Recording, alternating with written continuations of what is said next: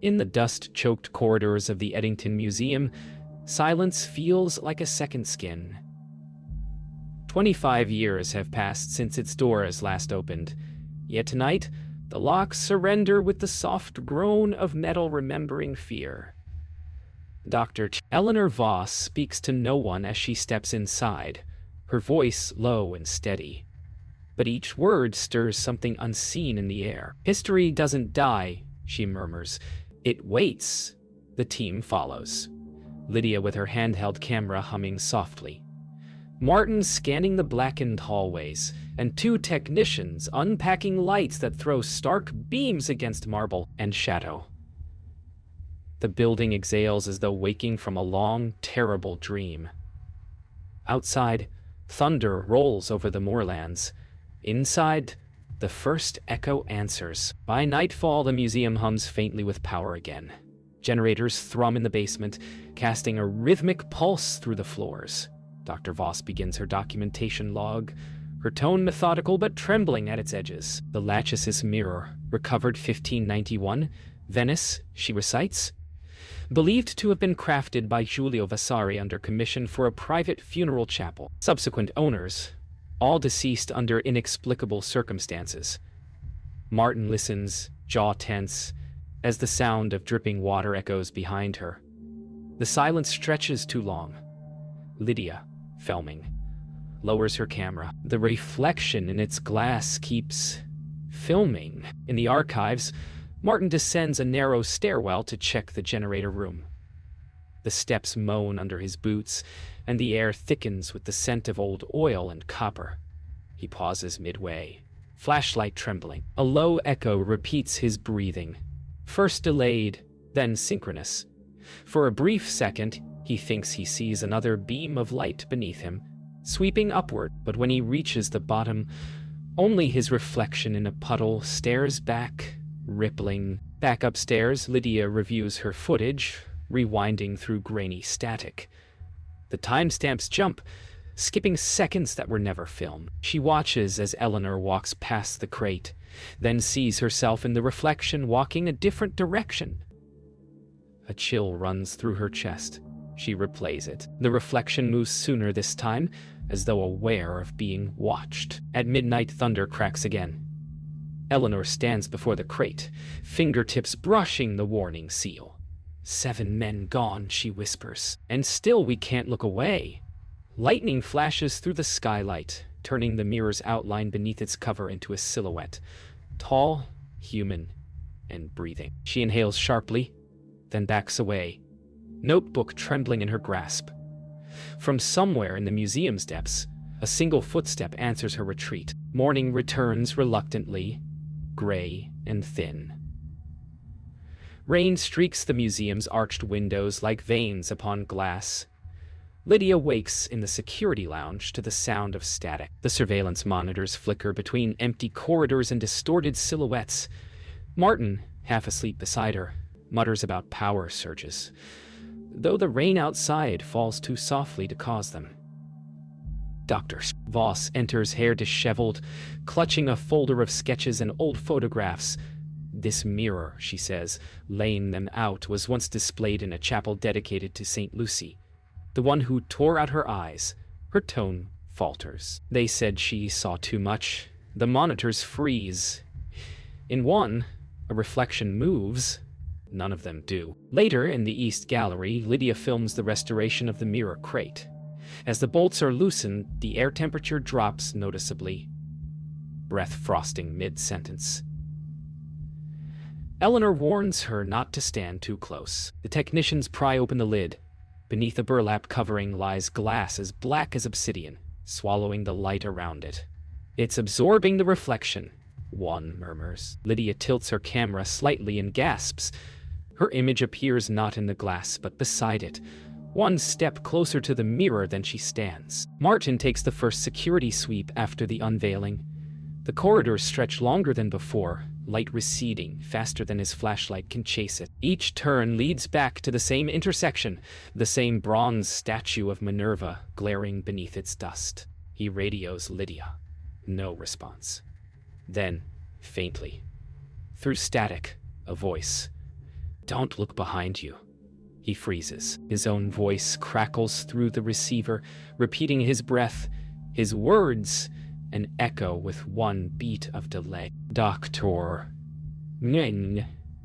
True. Boss isolates a series of old museum reports in the archive room, typed memos from 1973, describing a minor reflective anomaly and personnel. Behavioral distress. She reads one aloud. Subject reported image movement prior to fainting. Subject later found catatonic. Her breath quickens. The paper beneath her hand feels warm. On its surface, faint letters appear where none were printed. Eleanor. She drops the sheet, backing away. The fluorescent light above her flickers once, then stays out. Night again. The storm returns heavier. Lydia rewinds her footage, pressing pause on a frame showing the mirror moments before it was uncovered. Behind the crate, barely visible, a face appears. A man's, pale and unblinking, where no one had stood. She increases the brightness. The eyes in the image adjust to meet her. Then, as lightning flashes outside, the monitor's reflection behind her stirs. Something within the glass exhales. By the third night, the museum feels like a living organism. Its corridors breathing, its marble bones shifting. Martin hasn't slept.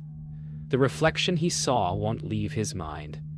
He walks the perimeter alone, flashlight trembling. In his earpiece, static murmurs like shallow water.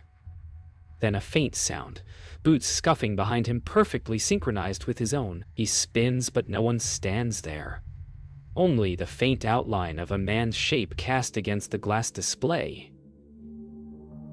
He leans closer, whispering, "Dad." The reflection nods once. Then it steps forward. Alarms echo through the halls, though no sensors trip. Lydia and Eleanor race toward the noise, their footsteps blurring into the distant hum of thunder. They find Martin's flashlight on the floor, beam flickering across shattered glass. His radio lies beside it, still transmitting faint breathing. "Martin!" Eleanor calls, voice shaking. The breathing pauses, then answers. Her own voice repeating the question back through the static. Lydia whispers, "He's still here." Eleanor shakes her head. "No, that isn't him anymore." They seal off the wing where Martin vanished. Eleanor orders all reflective surfaces covered. Mirrors, glass, even polished steel. Yet each tarp slowly dampens from within, as though something inside exhales against the fabric. Lydia captures a short clip of one sheet pulsing faintly in rhythm with a heartbeat. She turns to Eleanor, voice trembling. "It's trying to breathe." Eleanor lowers her head. "No, it already is." Hours later, Eleanor reviews the night's footage alone. Martin's final patrol tape shows him walking past the mirror chamber. Then, abruptly, the tape distorts, showing the same hallway, empty. But the timestamp continues. Behind him, a figure moves backward through the frame, matching his pace in reverse. Eleanor freezes the image and leans closer. The reflection's mouth moves, forming words with no sound. She reads them on its lips. "You opened it." The storm outside crescendos. Lights flicker, and a deep mechanical groan ripples through the museum. Lydia rushes to the main hall. Every covered mirror has torn open. The tarps lie on the floor like shed skin. In their place, a dozen reflections stand silently, pale and trembling, each one a perfect image of Martin. She screams for Eleanor, but her voice echoes back multiplied. In every reflection, Martin's face turns toward her and smiles. Rain falls like ash upon the museum roof when the car headlights pierce the mist. Inspector James Rayner steps out, coat collar high against the storm. 25 years ago, he signed the report that closed the missing guard's case. Now, he returns to the building that haunted his retirement. Inside, Eleanor greets him with trembling composure, her eyes hollow from nights without sleep. "We need you to see something," she says. As they walk through the darkened halls, Raynor's breath fogs in the cold. "I remember this smell," he mutters. "Dust oil and something like old blood." The corridor lights flicker once, and his reflection in display glass lags a heartbeat behind. Raynor studies the mirror under flickering work lights. Its surface looks alive, rippling faintly as if stirred by unseen breath. He asks Eleanor, "Why reopen this place?" She answers flatly, "Because forgetting didn't stop it." Lydia plays back the recording of Martin's disappearance, and Raynor leans closer. The static clears for a frame, revealing his own younger self standing behind Martin. His jaw tightens. "That's impossible," he whispers. Yet the reflection of his hand on the glass moves before he does, beckoning inward. They gather in the curator's office to review Raynor's old case files. Photographs spill across the desk. Faces of the 7 missing guards, each smiling for their staff eyes. Lydia gasps. Behind one man's shoulder in the glass of a display cabinet stands a blurred figure identical to the others. Eleanor turns the photo toward the light, and for an instant, condensation blooms across its surface. "They were all taken the same night," Raynor says softly. "And no one saw them leave." From the far corner of the office, a slow tapping begins, one for each man in the photo. In the sub-basement archives, Raynor uncovers a Venetian shipping manifest dated 1591. Speculum lachesis, property of Giulio Vasari, for the chapel of St. Lucy, where the dead shall behold their judgment. He reads aloud, voice echoing through the stone chamber. "Forge e hartini. It was never meant for the living." The lights flicker, and the metallic shelves rattle. Eleanor steadies her hand on the crate. The mirror inside hums faintly, vibrating through the floor. Lydia backs away, her camera shaking as reflections bloom across the walls, like oil spreading on water. Raynor confronts Eleanor in the grand hall, rain hammering the glass dome above. "You knew," he accuses. "You knew this thing feeds on remembrance." Eleanor doesn't deny it. "It shows what we deserve to see." The storm lights the room in violent flashes, and every reflective surface awakens, walls, floor, and glass bursting into mirrored light. Dozens of versions of them surround the hall, each delayed by a breath, some turning when they do not. Lydia screams. The reflections all look toward her at once. Midnight falls without warning. The museum's power grid collapses, and the hum of machines dies into a pulse of silence so complete it feels physical. Lydia lights her camcorder lamp, its narrow beam slicing the dark. The walls now gleam faintly, reflective where they were stone. "It's spreading," she whispers. Raynor tests his flashlight. It flickers, illuminating endless corridors, spiraling in every direction. Eleanor murmurs. The building is reflecting itself. The beam lands on a distant hallway that bends back into the same room. There is no outside anymore, only the museum feeding on its own image. They attempt to navigate back toward the entrance, but the doors are gone. Each corridor folds into itself, stairs ascending downward, signs pointing in both directions. Lydia marks an arrow in chalk on the wall.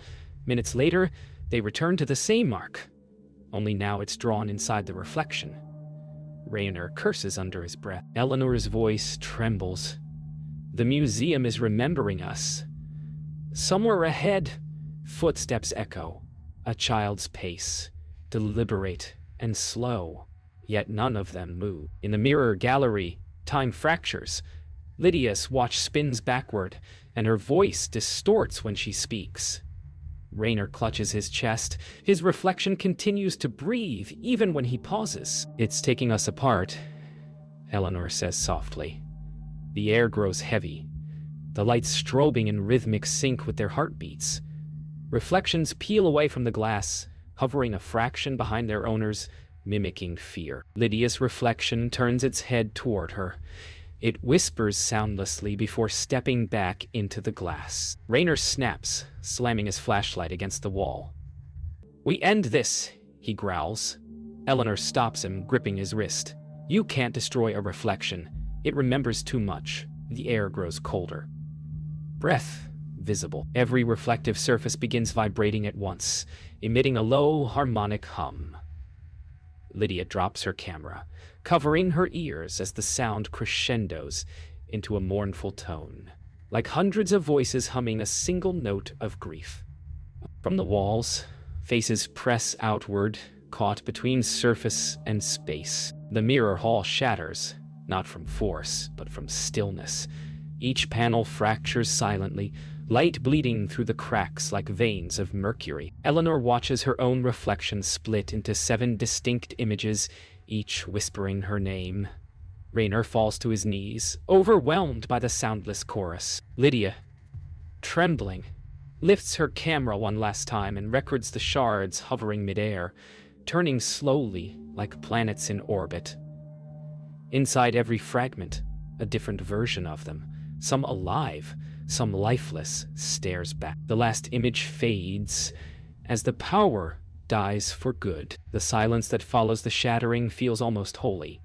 Dust drifts like pale ash, suspended in the faint beam of Lydia's camera light. She and Eleanor crouch among the shards, the reflections around them reforming in liquid ripples.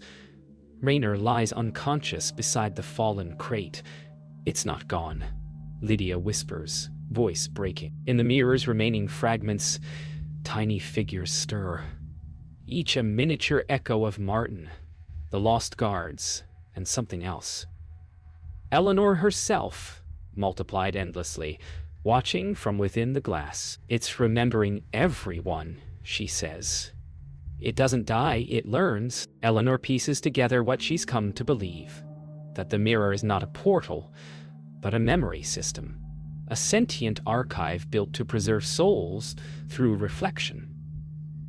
"The 7th guard was never missing," she murmurs. "He became the keeper." Lydia's camcorder flickers. Through the static, an image resolves. A dim-lit hall where all 7 guards stand, silent, eyes glowing faint silver. Behind them, a towering shape stirs. Faceless, humanoid, its body composed entirely of fractured mirrors turning inward. Its voice emerges like wind through glass. "Show me yourself." Raynor wakes, coughing blood. His voice trembles as he confesses, "I knew why they sealed it. I signed the order. I saw it move back then." Eleanor stares at him in disbelief. But before she can answer, his reflection on the floor rises to standing. It bends down beside him, hand hovering near his face like a lover's touch. "I thought it would forget me," he whispers. The reflection leans in and breathes out a thin wisp of fog that enters his mouth. He stops breathing altogether, eyes fixed open, seeing something only the mirror shows. The mirror's hum deepens to a resonance that shakes the foundations. Eleanor grips the crate, eyes glazed. She begins speaking in Italian, phrases from the Vasari letters she translated earlier. "Speculum anime, memoria eterna," the mirror responds, its fragments aligning midair to form a single floating plane. In its surface, Lydia sees both herself and Eleanor merged into one figure. "It's choosing," Eleanor says, tears streaking down her face. "It needs a new keeper." The air vibrates. Every reflection begins turning its head toward Lydia. Lydia approaches the mirror, her camera recording her final steps. "If it remembers, maybe it forgives," she whispers. The entity's face begins forming. Her face, older, serene, as if decades have passed inside the reflection. Eleanor cries out for her to stop, but Lydia touches the glass. Her body blurs, dissolving into white light that folds inward like silk. When the glow fades, the mirror stands whole again, untouched, reflecting only Eleanor's grief. The camera lies on the floor, still recording, its lens filled with her reflection and the faint whisper of Lydia's voice. "I see you." Dawn creeps reluctantly across the moors. The museum stands motionless, half swallowed by fog. Inside, Eleanor wakes on the marble floor, her body outlined by faint frost. Lydia's camera light still blinks, red nearby, recording. The mirror hums softly, restored to perfect shape. Eleanor calls Lydia's name, but her voice echoes back from within the glass, older, calm, and no longer afraid. "You kept your promise," the reflection says. Eleanor approaches slowly, reaching toward the sound. But this time, the reflection doesn't mirror her movement. It stands still, smiling faintly. Outside, the storm has ended.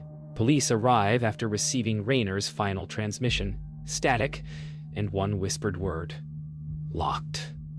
They find the museum gate sealed by welded iron. Through the glass doors, faint light pulses like a heartbeat deep within. A sergeant peers through, seeing only his own reflection multiplied across the lobby. "No one's been in here for months," he mutters. Behind him, the reflection of Eleanor appears for a single frame, her hand pressed against the inside of the door before fading into the shimmer. Within the sealed museum, the air grows crystalline, soundless. Eleanor moves through the corridors, whispering Lydia's name into the silence. Every step echoes twice, once real, once remembered. She stops before the mirror gallery, now fully restored, the glass flawless and dark. "Is this what you wanted?" she asks, her voice breaking. The mirror answers with light. Slowly, one by one, the missing guards appear behind the surface, their faces calm, their reflections whole. They bow their heads. The mirror glows brighter, then dims, leaving only Eleanor's reflection, smiling gently back. Eleanor places her hand on the mirror's surface. It feels warm, pulsing faintly. "We were all just trying to see ourselves," she whispers. The reflection leans forward, her own face peaceful now, and whispers back, "Now you will." The mirror ripples once, and she is gone. The camera, still recording from the corner, captures the faint shimmer of her coat dissolving into light. The hum fades completely. Only the echo of her voice remains, carried through the glass like breath that never ends. Weeks later, the Eddington Museum remains sealed. Official reports list structural instability and biohazard containment.